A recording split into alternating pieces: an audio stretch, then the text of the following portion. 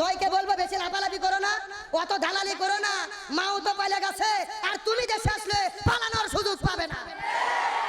এই যে শেখ হাসিনার ছেলে সজীব ওদের জয় ভারতের একটা মিডিয়াকে সাক্ষাৎকার দিয়েছে যে বাংলাদেশের জঙ্গিরা ক্ষমতা দখল করেছে, বাংলাদেশের মৌলবাদীরা আমার মাকে হটিয়ে দিয়েছে, জামাত বিএনপি যদি ক্ষমতায় আসে বাংলাদেশে কোনো হিন্দু থাকতে পারবে না, হিন্দুদেরকে ভারতে আসতে হবে, এগুলো বলে মিডিয়ার মধ্যে প্রচার করতেছে।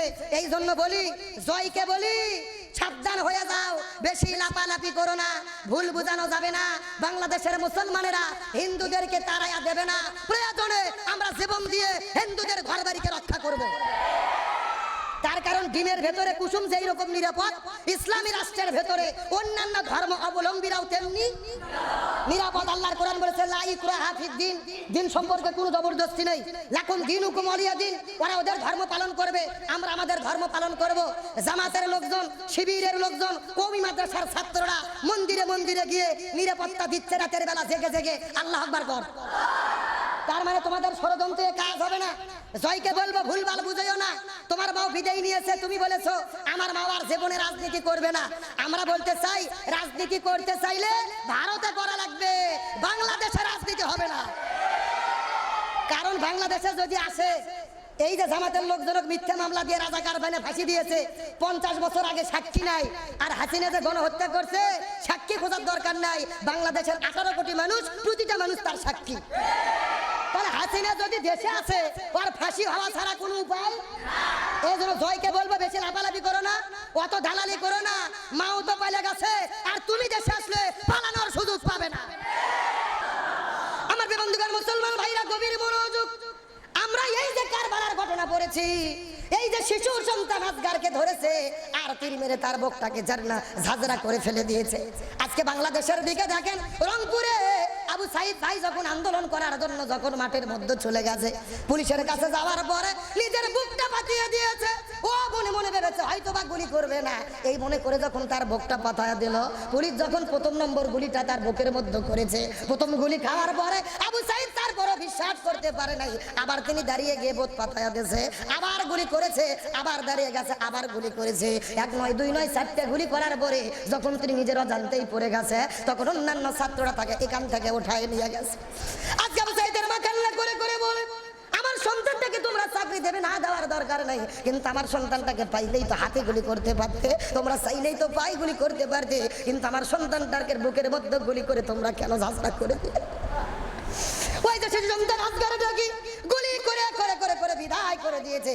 এই যে ঢাকার মধ্যে মুগ্ধ নাম আমার একটা ভাই আন্দোলনও করে নাই, মিছিলও করে নাই, কোনো জায়গায় পুলিশের উপরে হামলাও করে নাই। ছোট্ট ছোট্ট সন্তানরা রাজপথের মধ্যে নেমেছে, নিজে একটু পানির বোতল নিয়ে গিয়ে চিৎকার করে বলেছে পানি লাগবে ভাই, পানি লাগবে ভাই, পানি। ওই পানি বিতরণ করতে গিয়ে জীবন দিয়ে পৃথিবী থেকে বিদায় চলে গেল। আমার প্রিয় বন্ধুগণ, মুসলমান ভাইরা, এই ঘটনার দ্বারা আমি আপনাদেরকে বুঝাইতে চাই, ওই যে শিশু সন্তান আসগার বুক পাতে দেওয়ার পরে তীর মেরে হত্যা করেছিল, আর এই বাংলাদেশের ভেতরে স্বাধীনতার 50 বছর পরে ওই বুকটা পেতে দেওয়ার পরে যারা গুলি করে হত্যা করেছে রে, এদের ভেতরে আর ওই এজিদের বাহিনীর ভেতরে কোনো পার্থক্য না। এই দুই দলের মধ্যে কি কোনো পার্থক্য আছে? আরো ধরে বলেন আছে? কত অত্যাচার, কত নির্যাতন, কত জুলুম আমাদের হত্যা তারা করেছে। 16 বছরের জুলুমের অবসান হয়ে গেল এক স্বৈর শাসনের পতনের মাধ্যমে। আল্লাহ তাআলা এমন ভাবে পতন করলো, যেই বঙ্গবন্ধুর জিকির না করলে কোন নেতা কর্মী বাংলাদেশে থাকতে পারতো না, কোনো মিছিল হতো না, কোনো মিটিং হতো না। অথচ হাসিনা পালিয়ে গেছে, ওই বঙ্গবন্ধুর ভাস্কর্যকে, মূর্তিকে ছেলে পেলে মাথার মধ্যে উঠাইয়া বাড়ি দিয়ে ভেঙে ফেলতেছে। এক জায়গায় দেখলাম মাথার উপরে উঠে প্রসাব করতেছে। শুধুমাত্র সময়ের পরিবর্তন। একদিন আগে ক্ষমতার চেয়ার ছিল, সবাই আপা আপা বলে হাসিনাকে ডেকেছে, বঙ্গবন্ধুর জিকির করেছে।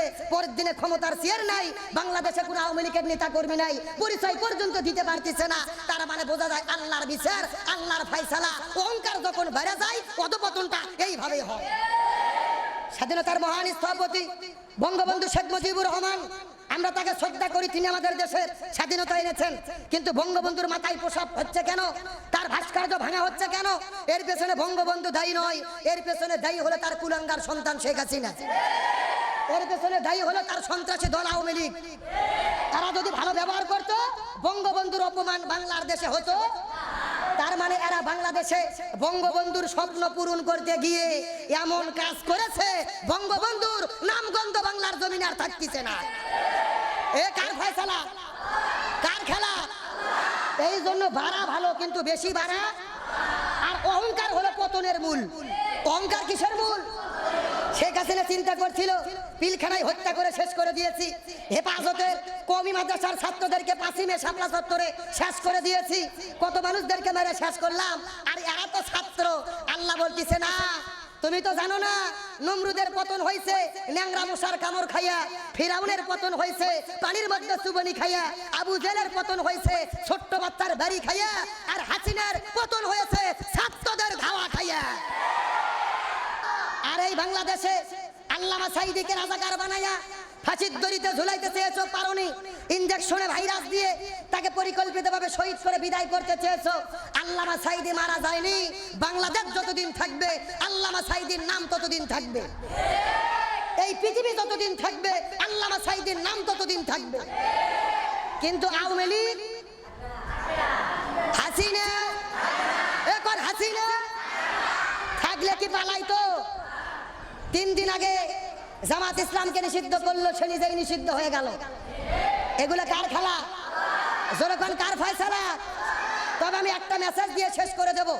যেই দিন বিজয় হলো, দেশ স্বাধীন হলো, ওই গণভবনের মধ্যে আমরা দেখেছি, ওই গণভবনের মধ্যে সেনা যখন বক্তব্য দিল, সেনা প্রধান প্রথমেই তিনি বলেছে আমি জামাত ইসলামের আমিরের সাথে বক্তব্য দিয়েছি, কথা বলেছি।